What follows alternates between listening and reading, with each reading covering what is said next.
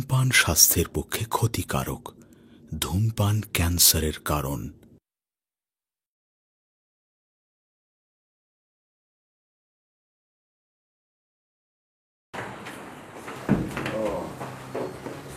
রোগী কত তো আসে না এখনো, সব ঠিকঠাক আছে কিনা?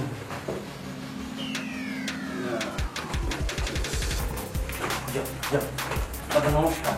নমস্কার, বলুন কি সমস্যা? কার সমস্যা? সমস্যা তো অনেক। সমস্যাটা হচ্ছে এই যে, হ্যাঁ কি হয়েছে বলুন। সমস্যাটা হয়েছে আমরা দুজন অনেক ভালোবাসি তো। হ্যাঁ তো হঠাৎ করে বলেন না যে বিশ্ব ভালোবাসা দিবস। এই বিশ্ব ভালোবাসা দিবসের দিন আমরা দুজনে মিলে একটু ভালোবাসা আদান প্রদান করতে গেছিলাম। হঠাৎ করে মনে করেন যে দৌড়ে গেছে। ধরে গেছে বলতে? এই যে পেটে ও ভগবান, যেভাবে হোক আপনি এটা যে একটা ব্যবস্থা করে দেন। আচ্ছা আচ্ছা, মান ইজ্জত ভয় করতেছেন এখন? হ্যাঁ, আপনাদের বাপ মা লেখাপড়া শেখার জন্য স্কুল কলেজে পাঠায়, আর আপনারা লেখাপড়া না শিখে এই অকাজ টুকাজ করে এখন ডাক্তারের কাছে আসছে না? আপনাদের মধ্যে তো বিহার ছেলে পেয়ে জন্ম দিয়ে তো বাপ মা ভুল করেছে। আমি হরিপদ ডাক্তার, হ্যাঁ, আমার কাছে এই ধরনের রুগী খুব কমই আসে, ভয়ে কেউ কথা বলতে পারে না। আর আপনারা এরকম অকারেন্স করে অকাজ করে বাচ্চা পেটে বাদাই আছেন, এটা আমার কাছে ক্লাস করতে। শুনেন দাদা, যত টাকা পয়সা লাগে আমি দেব, শুধু আপনি একটু ট্রিটমেন্টটা করে দেন যাতে আমি এইসব মুক্ত থেকে বাইসে যাই। খুব টেনশন আছি। এখন আইসে যখন পড়েছেন, আসলে এইসব ঘটনার চিকিৎসা করা ঠিক না, কিন্তু দাদা বলতেছিলাম কি, আমারও না আস্তে আস্তে পেটটা কেমন যেন বেড়ে যাচ্ছে। বাসায় না মুখ দেখাতে পারলাম, অনেক রিকোয়েস্ট। ওটা তো বাড়তেই থাকবে, ওটা কি আর এই যতটুকু গেছে অতটুকু থাকবে? ওটা আস্তে আস্তে দিন যাবে আর বাড়বে আর পেট করবে, এটা ধরা খেতেই হবে। এইটা করার আগে ভাবা উচিত ছিল না? হ্যাঁ, যে আমরা লেখাপড়া না করে আমরা কাজ করছি কেন? ভুল হয়ে গেছে দাদা। এখন আপনি কোন একটা ব্যবস্থা করুন না। আচ্ছা ঠিক আছে ঠিক আছে, ব্যবস্থা করছি। আপনি বাইরে যান। আমি যাবো। আচ্ছা যান, আপনি বাইরে অপেক্ষা করুন, আমি দেখছি। আপনি যে নিয়োগ যেভাবে হোক যে ব্যাপারে আমাকে একটা সলভ করে দিবেন।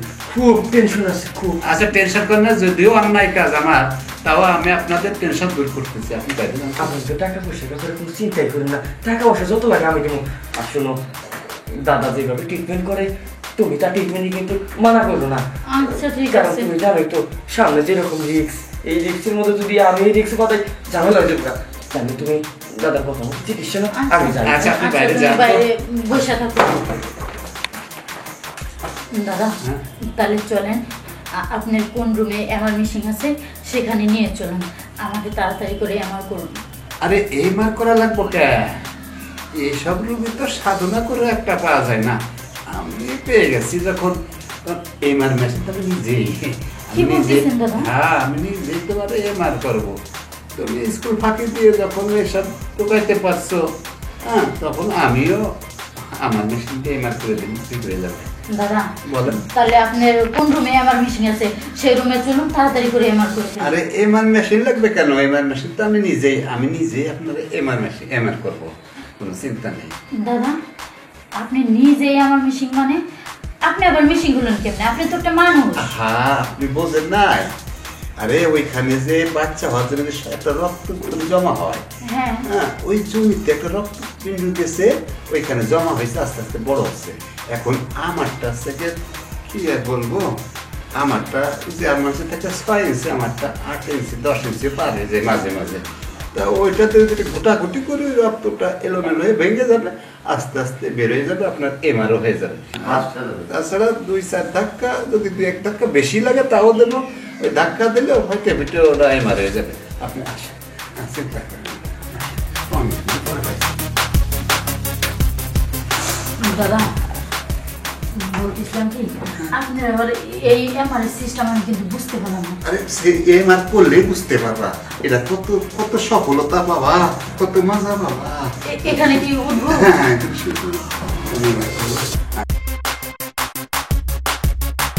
বয়ফ্রেন্ডের সাথে ভালোবাসা 2 পয়সা কি আদান প্রদান করছো যেভাবে অনেক ঢুকছে আমি সেইভাবে বের করবো। দাদা এটাকে আমার বলে এটা আছে আমার এমার, আর ওই এমার কিন্তু যন্ত্রণা ভোগ করবা কি দরকার, খুশা মারো ফুটফুট করবো, রক্ত বিলাট করে দেবো, এসব চিন্তা ভাবনা করবো খুশি।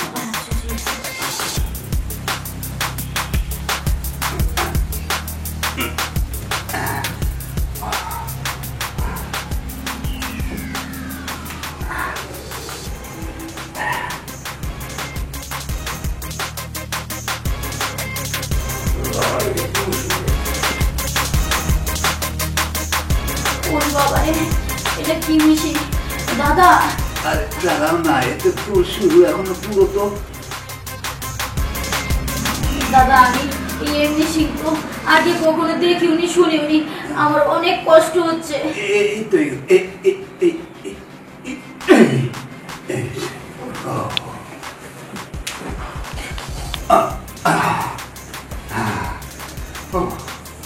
আর কোনো চিন্তা করা লাগবে না, আপনার এই খোসা মারা লাগলো না, আপনার যন্ত্রণা ভোগ করা লাগলো না, এই মারা আপনি এমনি এমনি হয়ে যাবে। দাদা আমার না প্রচন্ড ব্যথা করতেছে পেটটা। সব ঠিক হয়ে যাবে।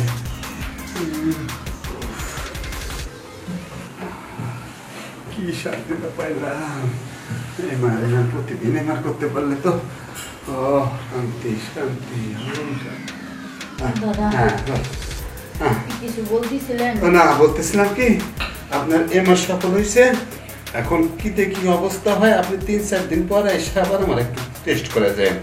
আর এই যেভাবে এমআর করা হয়েছে, এই এমআর কথা আসলে প্রকাশ করা তো যায় না, আপনার করে সহজে ওই যন্ত্রণা ভোগ করতে হলো না।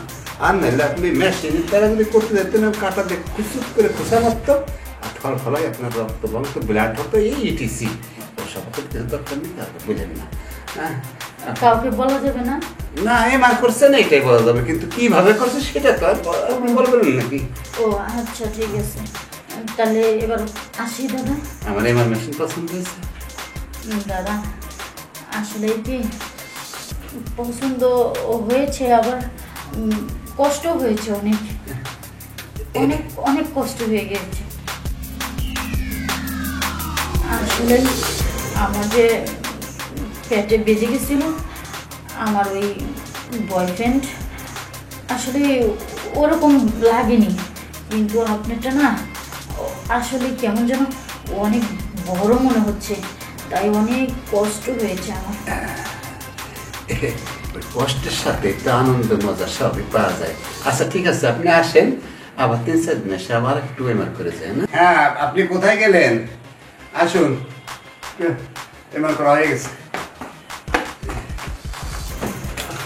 ও কাজ হয়ে গেছে? হ্যাঁ, আপনি কোনো টেনশন ফিল করেন না, আমি এমআর করে দিয়েছি, এর 2-1 দিনের মধ্যে সুস্থ হয়ে যাবে। সুস্থ হবে তো? হ্যাঁ, আর আমি যে কিছু প্রেসক্রিপশন দিচ্ছি, এই ওষুধগুলো নিয়ে খাওয়াবেন, তাই দিয়ে হবে, আর কিছু লাগবে না। আর কোনো সমস্যা নাই তো? না, কোনো সমস্যা নেই। যাক, ওষুধ একটু বেশি করে দিন, যাতে তাড়াতাড়ি সব কিছু সমাধান হয়ে যায়। বেশি লাগবে না, 2-1টা খেলে হবে, একটু দাম বেশি, কিন্তু 2-1টা হলে হবে। তবে মরনডেক্সটা একটা খায় নেন, কারণ খাইলে মরিয়ে যেতে পারে। তাই নাকি? কাজ হয়েছে? হয়েছে, অনেক ব্যথা লাগতেছে, ব্যথা লাগতেছে?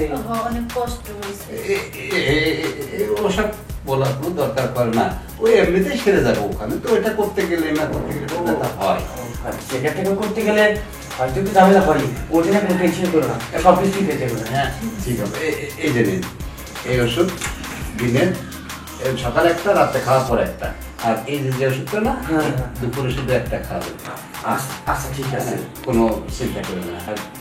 আর আপনার যে ভিজিট রাখুন, ভিজিট লাগবে না, ভিজিট আর 1 সপ্তাহ পরে আর একবার এসে একটু টেস্ট করা যায়, ওই ভিতরে হয়তো কিছু থেকেও থাকতে পারে জমা টমা, এই রক্ততন্ত্র তো এলোমেলো ভেঙে গেছে, যদি থেকে থাকে ওই 1 সপ্তাহ আমি ওয়াশ করে বের করে দেবো। আচ্ছা ঠিক আছে, আর ওই ভিজিটটা ওই দিনই দিন। আচ্ছা আপনার মতো ডাক্তারের তুলনাই হয় না, ভিজিট ছাড়া আপনি রোগী দেখেন না না, ভিজিট ছাড়া তো হচ্ছে না, আগে সুস্থ হোক পরে আপনি দিয়ে দেন। আচ্ছা ঠিক আছে, আমাদের টাকা আছে তো, আমরা যাই। হ্যাঁ আচ্ছা ঠিক আছে, একটু সাবধানে যান। আচ্ছা ঠিক আছে দাদা।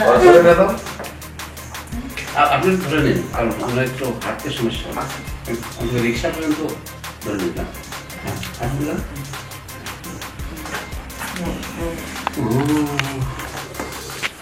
আরে এত জীবনে হরিবাদ ডাক্তারের কপালে মনে হয় এইটাই ছিল, আর এটা কি শেষ হয়ে যায় না, কওয়া যাচ্ছে না। আমি যেভাবে এমআর করে দিলাম, এমআরে আবার রিয়াকশন না হয়ে যায়।